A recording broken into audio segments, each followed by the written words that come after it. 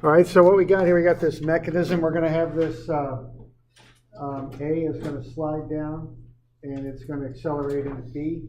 B is accelerating also. That's a mechanism that we're making. We want to find the velocity of A with respect to B and the acceleration of A with respect to B. And we want to show them on that sketch is what we want to do. All right, so this is kind of a vector deal. So what we got here, so we have some tip-offs in how this thing is written up. Find the relative velocity and acceleration of A with respect to B. So that's a relative motion problem, okay? Now, when you do relative motion problems, when things are not going in perfectly straight lines, you need to do vectors, is what you need to do, okay? So that's kind of my thought process on this. Now, a couple of things here. This looks like normal tangential coordinates for that rotating object here. It's rotating about this point right here,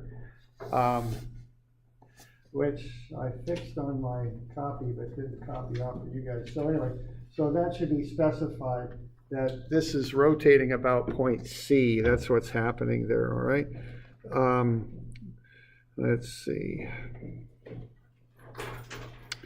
Yeah, you can kind of get the idea of the rotation from the picture there, but what's happening here is A or B is rotating about C, all right? So that should be kind of called out.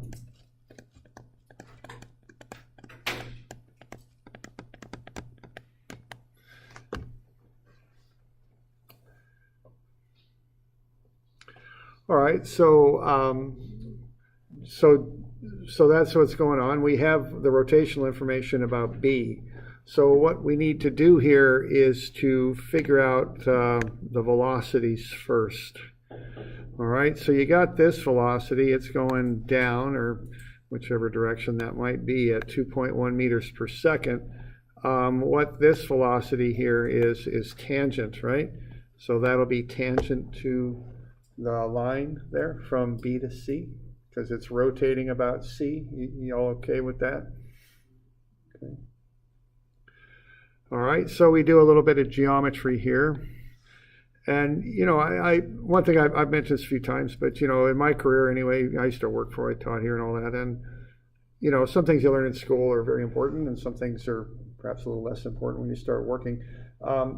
One thing that I found in my career was a good working knowledge of geometry is a good thing. Okay, you often get, at least I did, is get into these situations where stuff's moving around, or you got to fit all the pump stuff into this little space, and you got to figure out, is this going to work? You know, and you know, so it's good to be able to, you know, to develop your sense of geometry. It's a good skill to have when you're figuring this stuff out.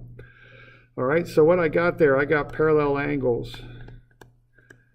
That's 40 degrees there, equaling that. Then I got a 90, right? Because the velocity makes a 90-degree angle with the radius. The radius would be from B to C. So this is looking a lot like 50 degrees, isn't it? You all okay with that? And the one thing that I think gets people into trouble is what I call intuitive geometry, okay? Where they just say, oh, this looks like this, and they put an angle on it.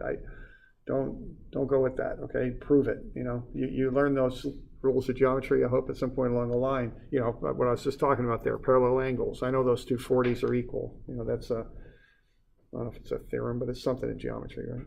And so then I know I got a 90, and I know 90 minus 40 gets me 50. So, you know, I'm not just looking at that going, oh yeah, I think it's 50. I'm doing the math and saying, yeah, it is 50. I know that, okay? All right. All right, so what we're going to do there is we're going to find r theta dot. Now that's the velocity of B, right? Even though we're doing, well, let's see, we're doing normal tangential coordinates, that's how I'm expressing it. I can still use that polar formula to find the velocity, right? It's just r theta dot. You know, I can kind of mix polar for circles and normal tangential. If everything's circular, I can kind of go back between those two ways of looking at things. Depending on what variables I'm giving, I can go ahead and do that. Okay, so I know the radius is 0.42. I know the angular speed So I can go ahead and get the velocity as 0.756 meters per second upright at 50 degrees. Given that, I can go ahead and vectorize that. Okay, so when I'm doing this relative velocity stuff, I want to vectorize things. So I'm taking that 0.756 cosine 50 for the I, and I get the J also, and I can make that into a vector. Okay. So once I've got that, I can put that into a vector thing, into the vector equation. So VA is VB plus VA with respect to B. And, once again, I've got A is B times A over B. That's how I think about that. So I'm sure I've set that thing up properly. I want to find that relative velocity because it's going to affect my design of this mechanism. So I just pop everything in there. I know VA is going down, negative Y at 2.1. I did the vector thing on VB, it's upright, so I've got the vector expression for that, and then I've got the unknowns right there, okay? So I can just treat the i's as one thing, so I'll take 0 minus 0.486, and then I can treat the j's as another thing, negative 2.1 minus 0.579. And when I do those mathematical operations, what I have over on the right side of the equation is this VABX I plus VABYJ. So I can solve for that, okay? So there's the velocity of A with respect to B. What that is VA minus VB. That's how I get that. But again, it has to be done as a vector, so you've got to have I's and J's. All right? So that's the deal with that. So we're going to be doing this in, a little bit more advanced version of this. So we want to get this method figured out and do it the way I'm showing you, because we're going to use it, extend it out and use it more. So we want to get comfortable with this whole vector stuff. So we're doing all right? We got any questions on that?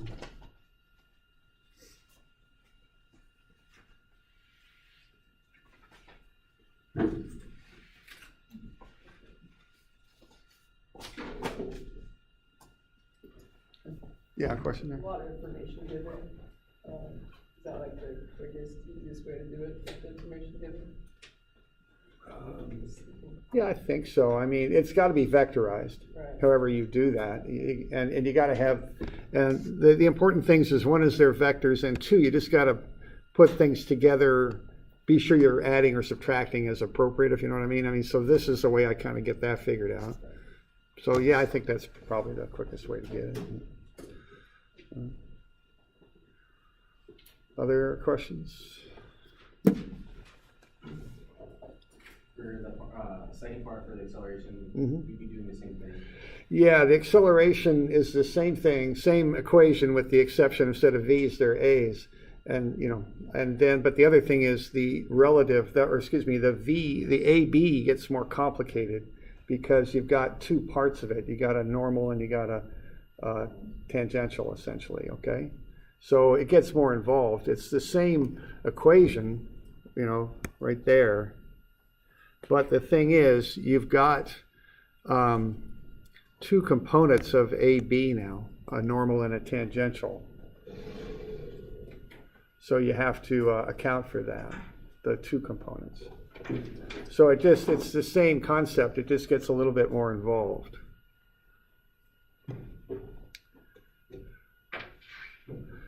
So what we've got there is A sub A is A sub B plus A with respect to B, okay? But A sub B now, because B is rotating, I've got a tangential, as I'm showing there, going up and to the right at 50 degrees. That's B about that point C here, down here, okay? And then I've got the normal, which goes from B to C. All right, so I'm going to sketch that up and put them both on there. And then I'm going to find them first as magnitudes, and then once I've got the magnitudes, then I vectorize them. That's how I do that. Okay.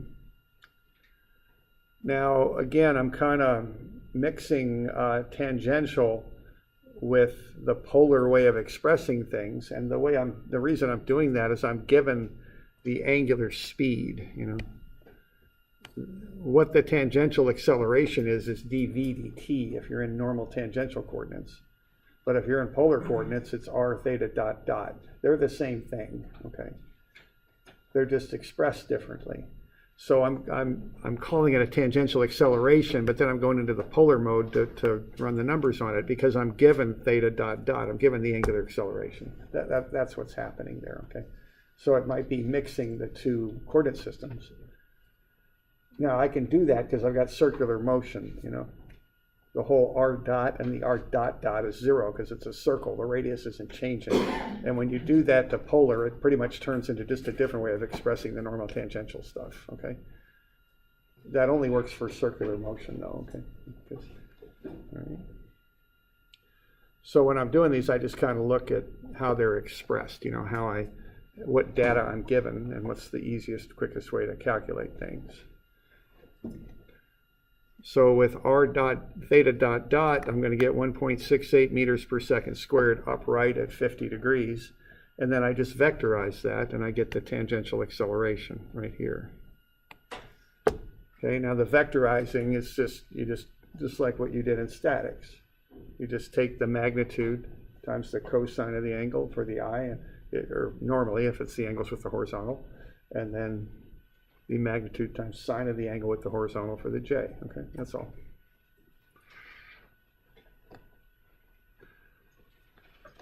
All right, and then you can do the same thing for the normal acceleration. It's v squared over r. You've already found v. You can square that and divide it by the radius, and that'll get you that normal acceleration from b in towards c. So that's down right at 40 degrees.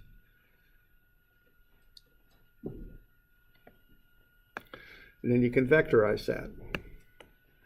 Okay, so we just want to get vector expressions for the normal and tangential accelerations of b. That's what's up there.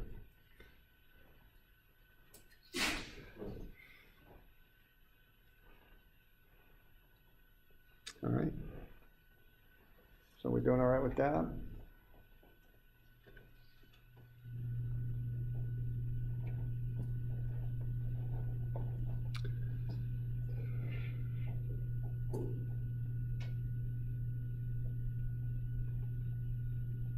Okay.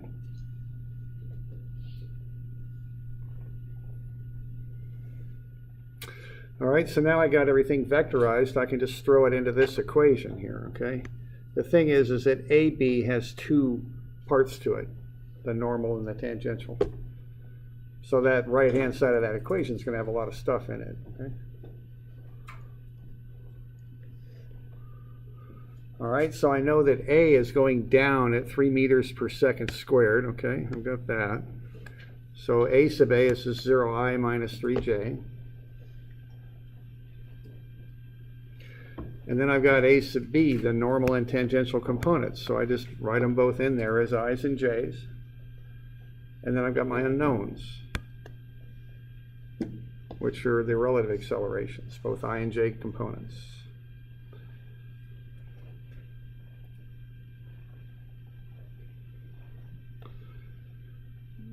So I just collect terms on the right-hand side. I add the I's together and get 2.12I plus 0.412J. And then I add the J's together and get 0.412J, and then I just subtract those from the right side of the equation. And that leaves the relative acceleration on the right, and on the left I'd have negative 2.12I minus 3.412J. Okay.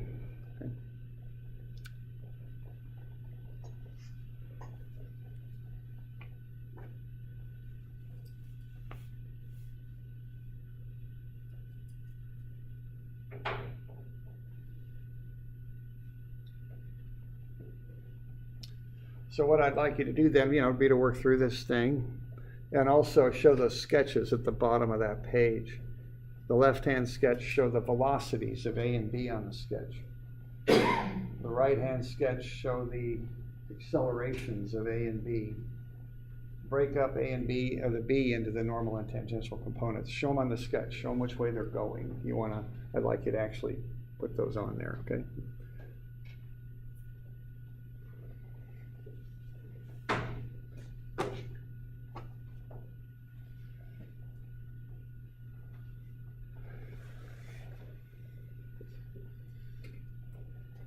doing all right with that?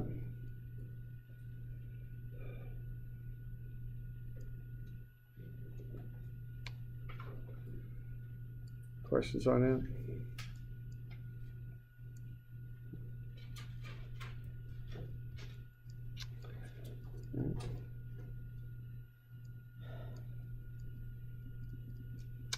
All right, and we got this other one here. So let's have a look at this one. We got a couple of these F equals MA kind of problems. Okay, the first one is the block on a ramp. Okay, so that's something that we seem to run into sometimes. So when I see something like that on a ramp, what I start thinking about is using an inclined axis system, X prime and Y prime. Okay. Now, when I've got that thing on a ramp and I've got a weight, I just kind of go through this process here. Okay, I go sine and cosine of the ramp angle times the weight, and I get the two components, and I draw them on the sketch. Okay, the cosine of 40 will get you the normal component of the weight. The sine of 40, which is the ramp angle, will get you the component of the weight parallel to the ramp. So I just go ahead and do that stuff, just right off the bat.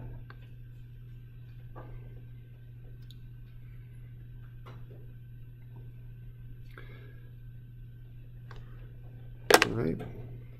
And then once I've got that, I'll do a sum of Fy prime equals 0, and that'll be the weight in the negative y prime direction plus Fn. So I'll solve for Fn, multiply that by mu, and I get the friction. So this is just kind of, when I got a ramp problem, I kind of go on autopilot and just do all this stuff, okay? Just get it all knocked out, get it on the sketch, okay? So sine ramp angle times weight gets you the component parallel. Cosine ramp angle times the weight gets you the component normal. Do a sum of forces in the y prime direction, find the normal force of this block, of this ramp on the block, so that's the 52.6. And then multiply that by mu and you get the friction. So I just run through and get all that stuff lined out. Okay, I calculated the weights over here.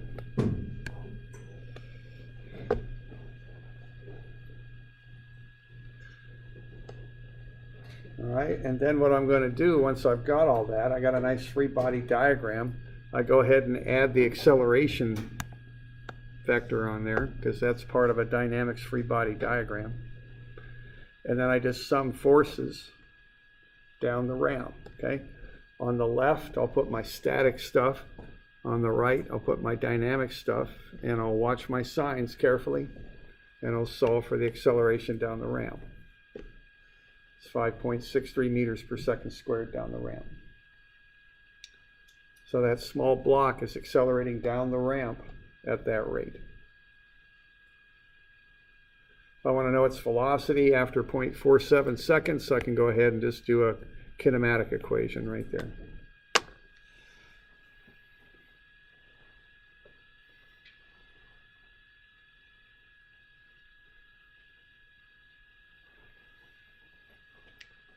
So we're doing all right with that? You got any questions?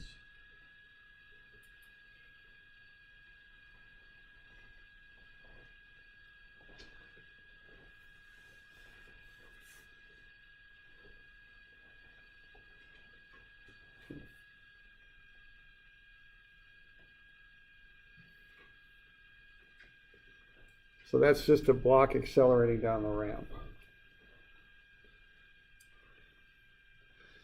Now the other thing we want to know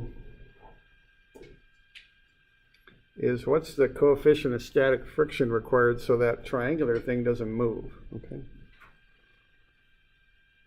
Because if there was no friction down there and you slid block A down B, what A would do would push B to the right, correct?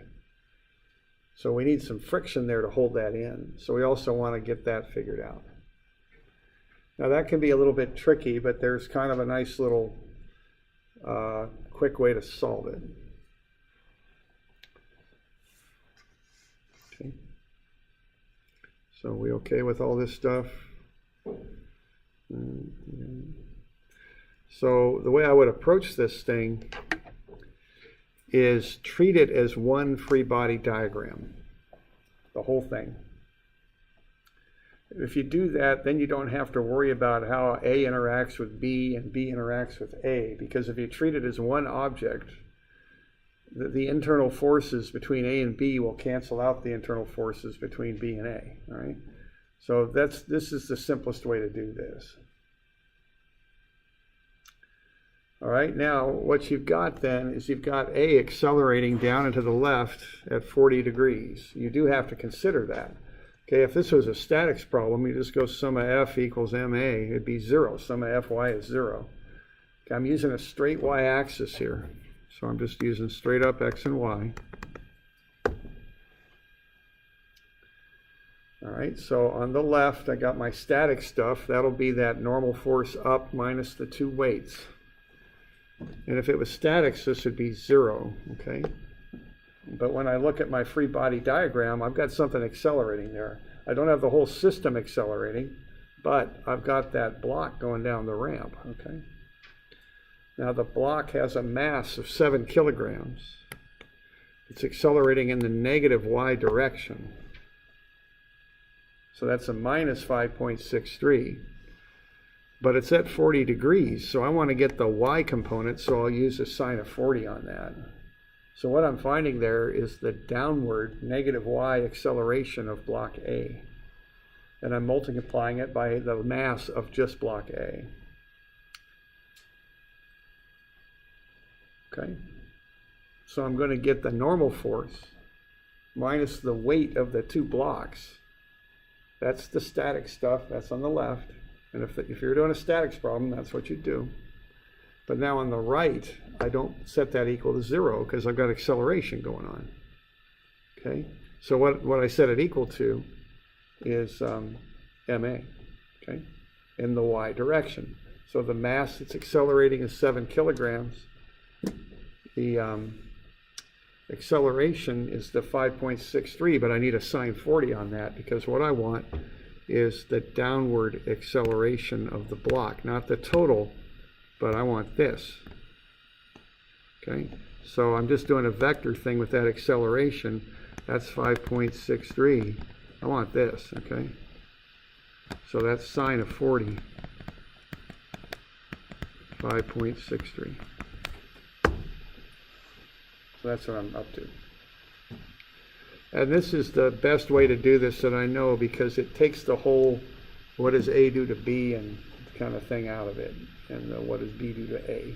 That complicates things. This is simpler. You can define whatever free body diagram you want. And this is often the way to do it on these kinds of problems.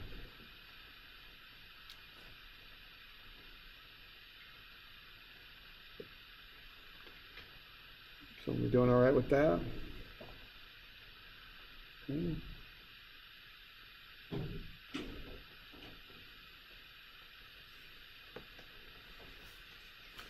All right.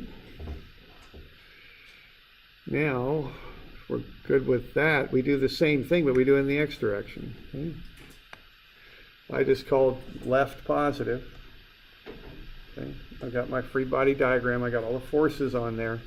Force of friction goes to the left because when A slides down B, it's going to push B to the right. So the friction's required to prevent that from happening. Is what's going on. Okay. So I got sum of Fx, which is force of friction. And given that free body diagram, which again, I can define it however I want. I can go ahead and do that. That'll be the 7 kilogram mass times the 5.63. But then I got to use a cosine 40 now.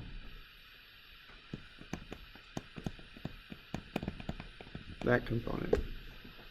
Okay. And I can solve for the force of friction. So it's kind of an odd thing, but in my mind, I think about that friction pushing on the system to the left, and what that does is it causes this block up here to also accelerate to the left, okay? Might be a little backwards of what's really happening, but that's how I think about it. The left-hand push of the force of friction causes that block to accelerate to the left. Even that's a little bit backwards for what's really happening, but that's how I think about it. F equals ma. Because that little block A is the only thing that accelerates.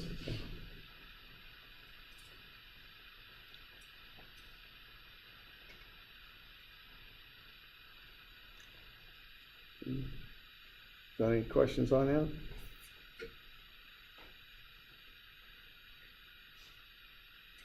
Doing all right? Okay.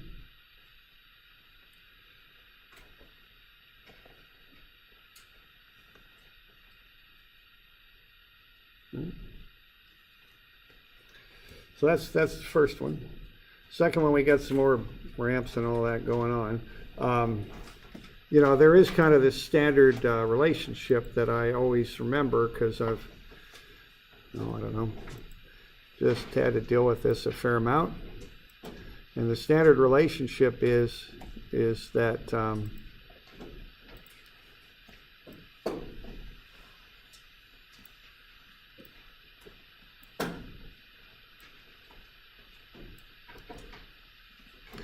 if you've got a block on a ramp, which, you know, we seem to have a few of these things on ramps in mechanics classes. I don't know why, but we do.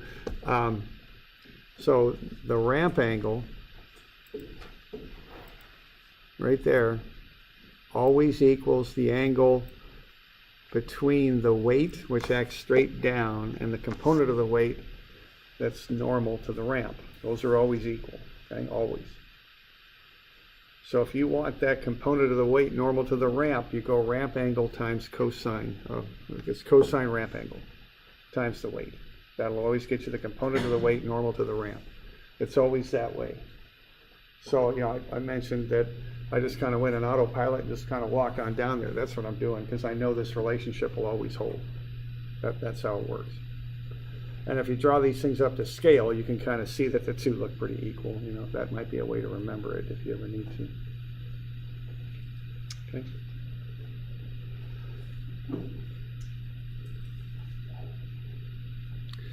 All right.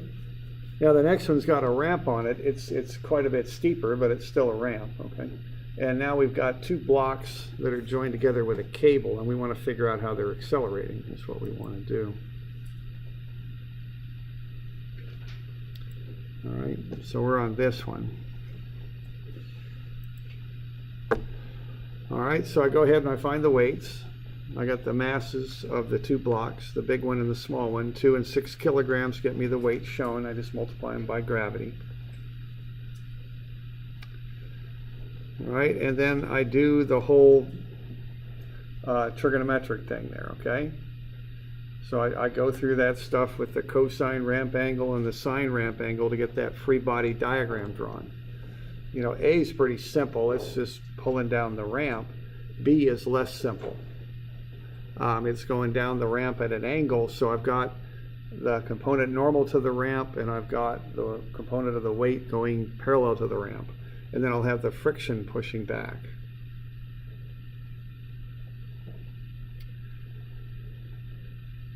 All right, and then I'll find the friction for static and kinetic both. I've got both coefficients of friction, so I find both of those things right there. All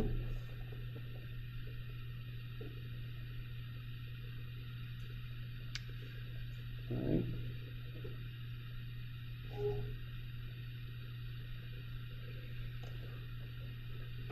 Doing all right with that? Now you can handle this two different ways. You can treat A and B as a system, or you can treat them separately. If you just want to find the acceleration, you can treat them as one whole system. It's a little odd this way, but you can do it this way. You have to consider the motion of both of them in kind of a positive sense.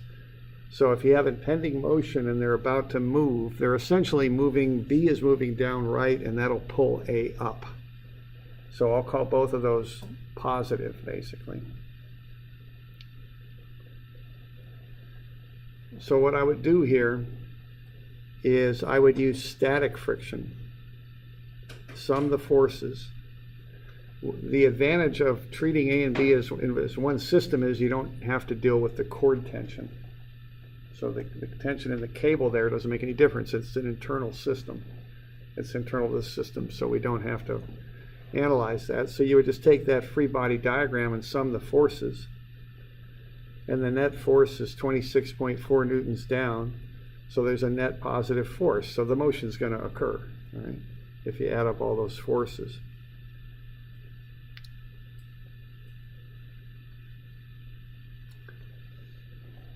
Now, once they start moving, if we want to find the acceleration, we got to use kinetic friction.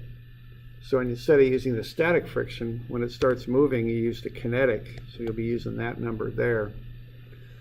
And what you're going to do is sum up the forces just like you did here. They won't sum up to 26.4 anymore because the friction's changed. They'll be a little different. And then you equate that to the mass. And you can find the acceleration that way, okay?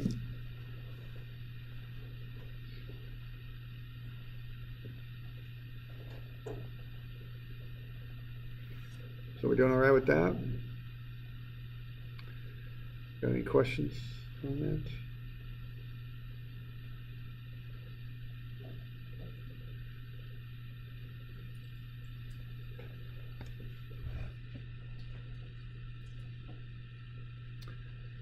All right. So that's one way to do it, okay? You treat A and B as one system. Now the other way to do it is to break it up into pieces. You got a little bit more complex calculations here because you got to work two equations and two unknowns. Okay. You get simpler free body diagrams though. You can also find the tension because the tension becomes an unknown. So if you do it this way, you analyze the blocks separately. So again, for impending motion, you use statics. Okay.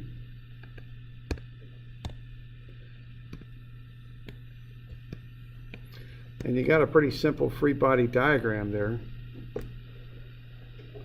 You just got the weight of A down. We're just going to start by analyzing A and the tension up. Now, if you're doing statics, some of those are zero. So the tension is just the weight, okay, if it's static, because there's no acceleration involved. Sum of Fy would be zero. And then if you know that the tension is 19.6, you could apply that over here, see?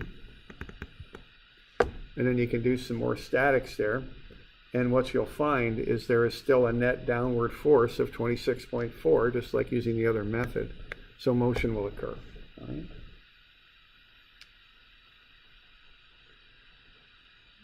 Now, if you use so that would be step one. Now, for step two, the friction is going to change, okay?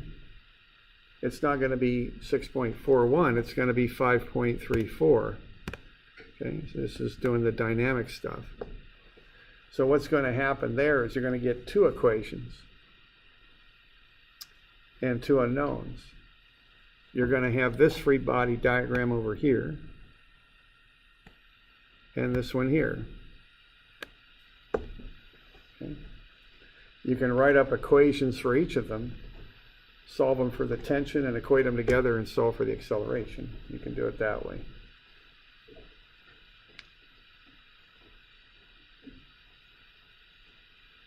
Okay. So you can do that. So you could do these either way. And actually, I think I'm going to add a second little part to this just for fun. Find the tension, okay? Let's see.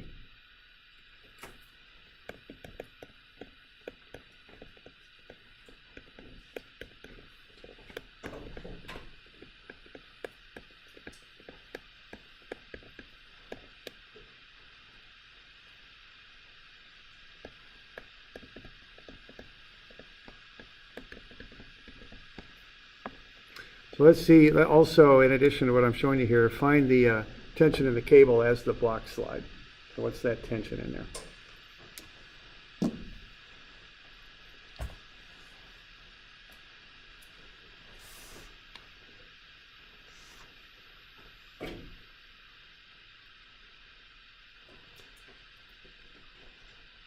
doing all right with that? And to find that tension, you pretty much have to use the second method at some point. You can find the acceleration using the first method, but then once you know the acceleration, you got to cut a free body diagram and solve for the tension. Somehow you have to cut through that cable and create one of those two free body diagrams to find the tension. Okay.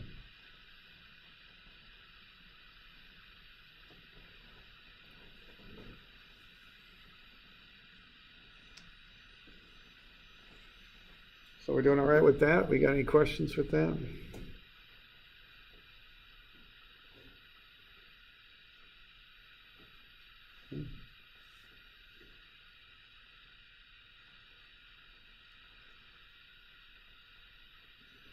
All right.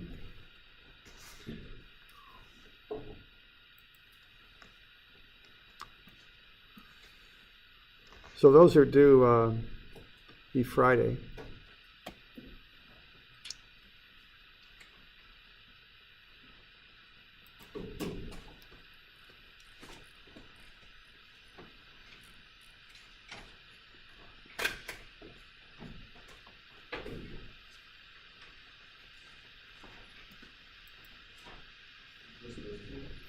The three.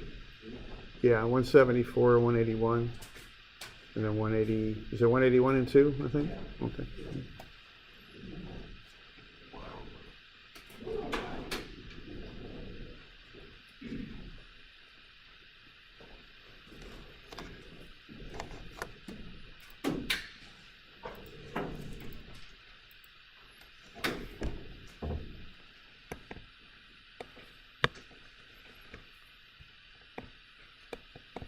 All right, let's just do something here real quick. Let's say I'm going to step on a scale.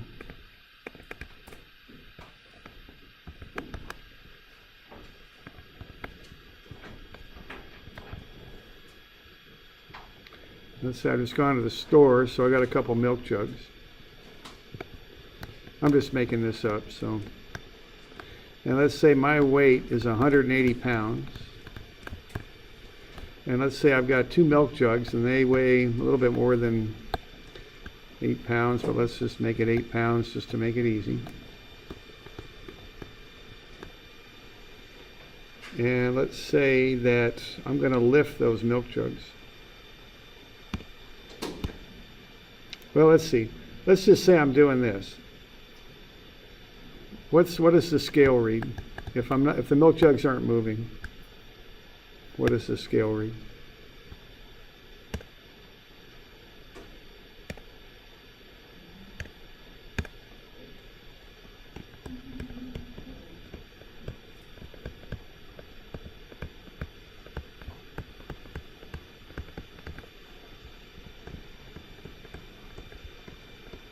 So if the milk jugs don't accelerate, what's the scale reading?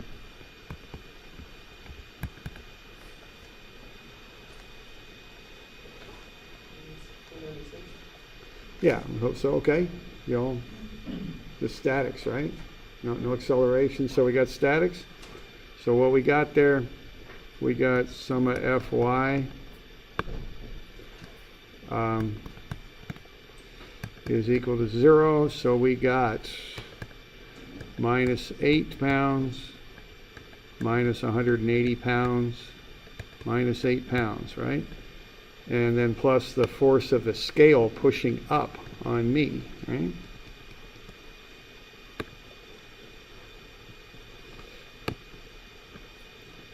So I guess I better put a scale force in there just to get this finished up. So there's the force of the scale. And so what I'm going to have here is sum of Fy is equal to 0. And again, that's going to be F scale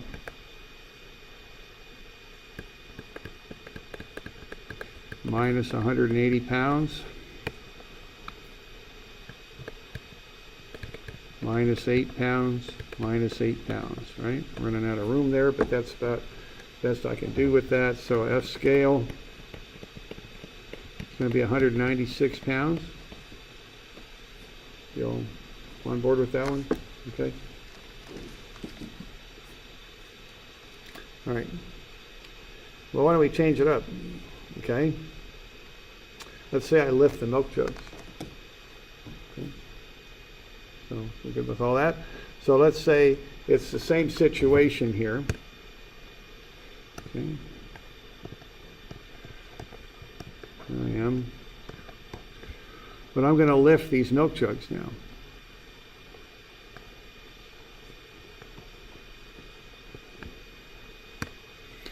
And what am I going to do? I'm going to lift them 3 feet in, I don't know, in a second. What would I do?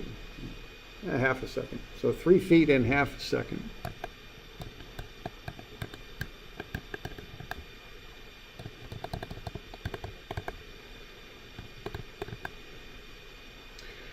Now these milk jugs are 8 pounds apiece.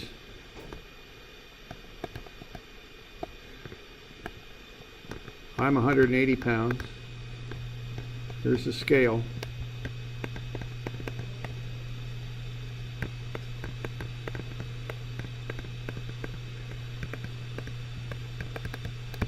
What's the scale reading going to be? As I'm doing it. So right in the middle, as I lift the milk,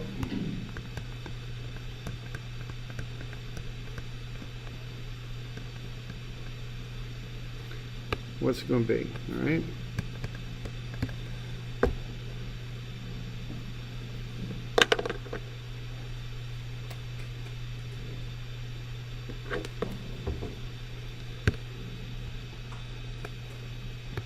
So I want to know what's that scale read. Now what the scale reads is how hard it pushes on whatever's on it. That's what the scale reads.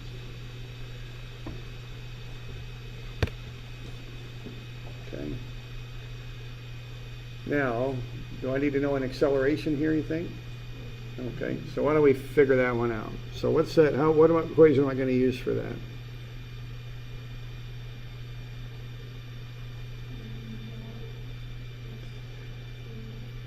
That's a good idea, but the problem is I don't got T. You're on the right track, though. So what's the one that doesn't have a T in it? Yeah, well, let's see. Do I even have, let's see, I got S. I got T. Oh, I do have T. I'm sorry. I'm talking about, I don't have V. There we go, I don't have V. I'm sorry. In my mind in there, I knew something there I was saying didn't make sense, but it wasn't enough to stop me. But yeah, I got T. I don't have V. That's the problem. So if I don't have V, what's the equation there?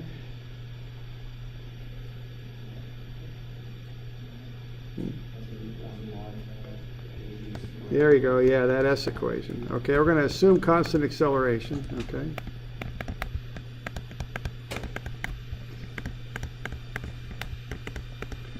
So what I'm going to do is I'm going to use S equals S0. I'm going to start from rest, so V0t plus 1/2 AC t squared, right?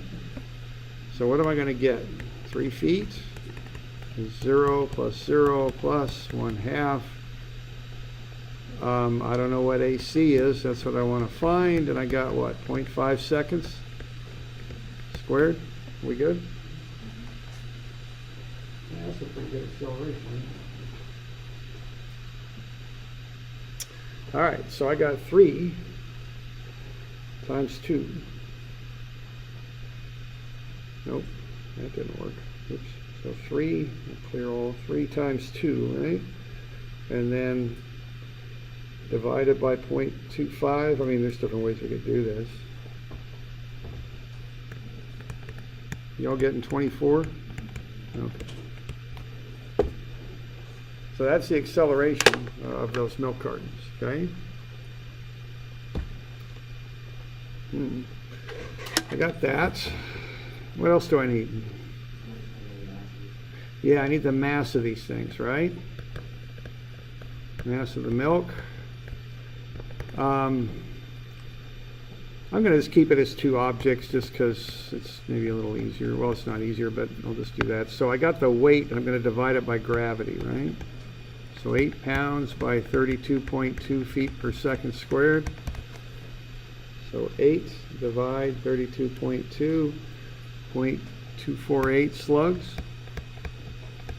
Now I got 2 of those, right? All right. So there's my background information. We all good with that? Now there's 2 milk jugs, okay? Each of them has a mass of .248. So why don't you write up an equation to find the force of the scale? And don't shortcut it, okay? Do it the way I'm trying to teach you, because I see you're going to do harder things than this, and I want you to apply that method I'm teaching you, because I think it works, and you don't think about it too much. You got F equals MA, okay? And if you need a little time to start thinking, that you know the sum of F is statics, right? Now if that's a statics problem, you can do it. So start with the statics on the left, and then put the dynamics on the right. So don't overthink. Just write a statics equation on the left, and then instead of equals 0, just put equal, and then start worrying about the dynamic. Just write up a statics equation. If that were a statics problem, how would you find the force of the scale? What would you do? Okay.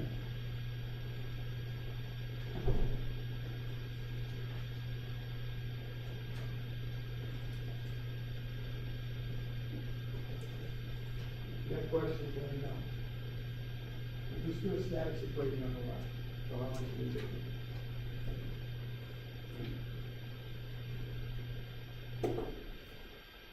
You got the weight of me, the weight of each of the milk cartons there, and the force of the scale. That's what you put in a statics equation, is forces and weights, right? And you all have statics. And actually, no, it's statics.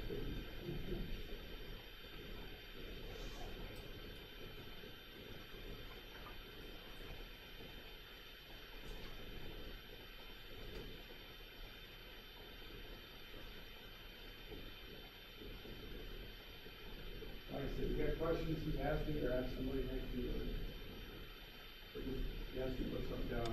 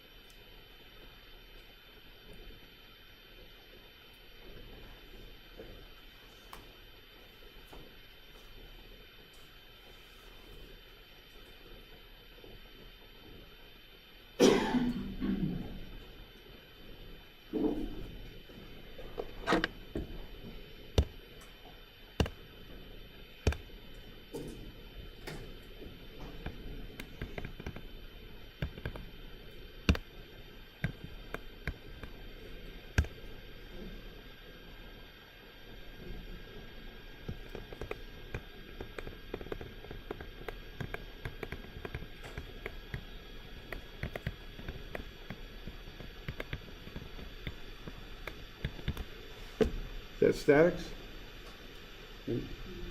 Okay. And don't do the easy ones with shortcuts, okay? Because you want to learn the method here. That's the goal, okay? So there's statics. We good with that? You got any questions?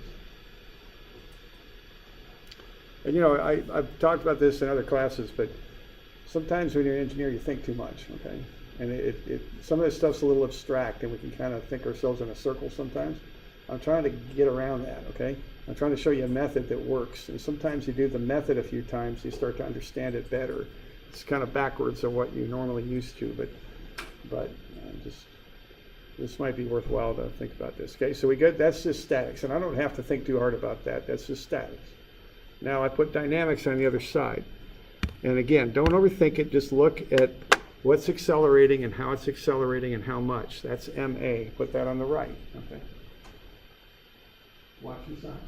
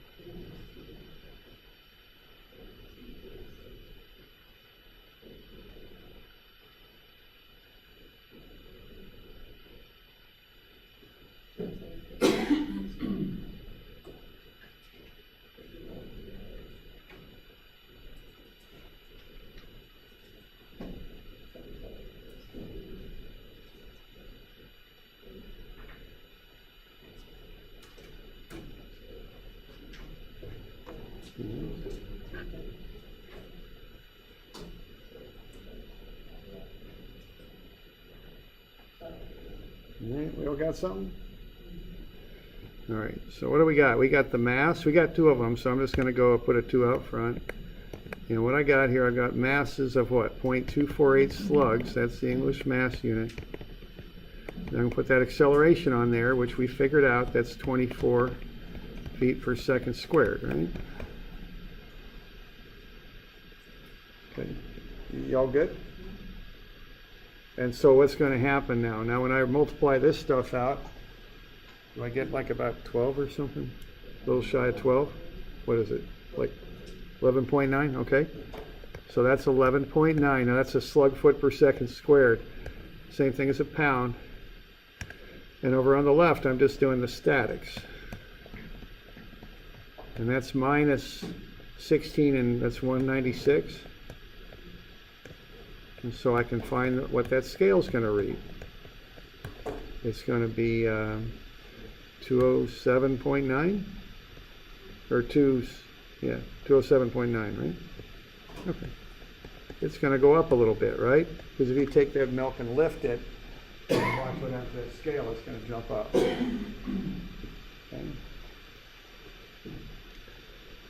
You got any questions on this? The reason I'm mentioning this is conceptually this stuff's a little hard sometimes for most people. And I can start thinking too much about it. Well, you know, if I do this as a scale, you know, how does this affect this? And just forget that. Set up an equation, put the statics on the left, put dynamics on the right, watch your signs. It'll work out. And if you do it enough times, it'll start, the concepts start to come in a little bit. This is something I found. Okay. You all okay with that? We got questions?